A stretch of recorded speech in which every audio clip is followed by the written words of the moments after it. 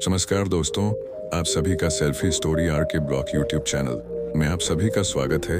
ये कहानी एक अर्जुन नाम के व्यक्ति की है। हरे भरे पहाड़ियों के बीच बसी एक छोटे से गांव में अर्जुन नाम का एक व्यक्ति रहता था। उसके पास एक प्यारा परिवार और अच्छा जीवन यापन था, लेकिन फिर भी अर्जुन के भीतर एक अजीब सी खालीपन थी जिसे वह समझ नहीं पा रहा था।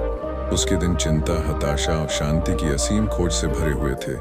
एक दिन और अधिक पीड़ा सहन करने में असमर्थ अर्जुन ने बुद्ध की तलाश करने का निर्णय लिया, जो अपने गहन शिक्षाओं और ट्रबल्ड आत्माओं को शांति प्रदान करने की क्षमता के लिए जाने जाते थे। कई दिनों की यात्रा के बाद अर्जुन ने अंततः बुद्ध को एक बड़े बोधि वृक्ष के नीचे ध्यान करते हुए पाया, जो एक शांत वातावरण से घिरा हुआ था। बुद्ध के चारों ओर का वातावरण शांत और आमंत्रण देने वाला था। श्रद्धा और निराशा के मिश्रण के साथ अर्जुन बुद्ध के पास आया और अपनी समस्याओं को समझाया। उसने अपने दिल की बात कही, अपनी हताशा और भीतर की खालीपन को प्रकट किया। बुद्ध ने धैर्यपूर्वक सुना और फिर धीरे से बोले, अर्जुन, तुम्हारे दुख की जड़ तुम्हारी इच्छाओं और आसक्तियों में है। तुम बाहर शांति खोजते हो, लेकिन शांति केवल भीतर ही मिल सकती है। बुद्ध ने आगे कहा, इस संसार में सब कुछ अस्थायी है अर्जुन। चीजों, लोगों या भावनाओं से चिपके रहना केवल दुख लाता है।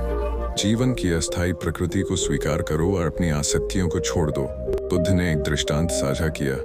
जब किसी व्यक्ति को एक तीर लगता है तो वह दर्दनाक होता है, लेकिन यदि उसे उसी स्थान पर दूसरा तीर लगता है तो दर्द असहनीय हो जाता है। पहला तीर अनिवार्य दुख है, लेकिन दूसरा हमारी प्रतिक्रिया है पहले के प्रति। अपनी प्रतिक्रियाओं को बदलकर हम अपने दुख को कम कर सकते हैं। बुद्ध ने फिर अर्जुन को ध्यान और सतर्कता के महत्व के बारे में सिखाया। सतर्कता का अभ्यास करके तुम वर्तमान क्षण में जी सकते हो और शांति पा सकते हो। ध्यान तुम्हें चीजों को वास्तव में जैसा है वैसा देखने में मदद करेगा और तुम्हारे मन को शांत करेगा। जैसे जैसे अर्जुन ध्यान का अभ्यास करता और बुद्ध की शिक्षाओं पर विचार करता, उसे अपने भीतर एक बदलाव महसूस होने लगा। हताशा की गांठें ढीली होने लगीं और उसे एक नई स्पष्टता और शांति का अनुभव हुआ। गहरे आभार के साथ अर्जुन ने बुद्ध को धन्यवाद दिया और अपने गांव लौट आया। वह अपने साथ ज्ञान और शांति लेकर आया जो उसने प्राप्त की थी।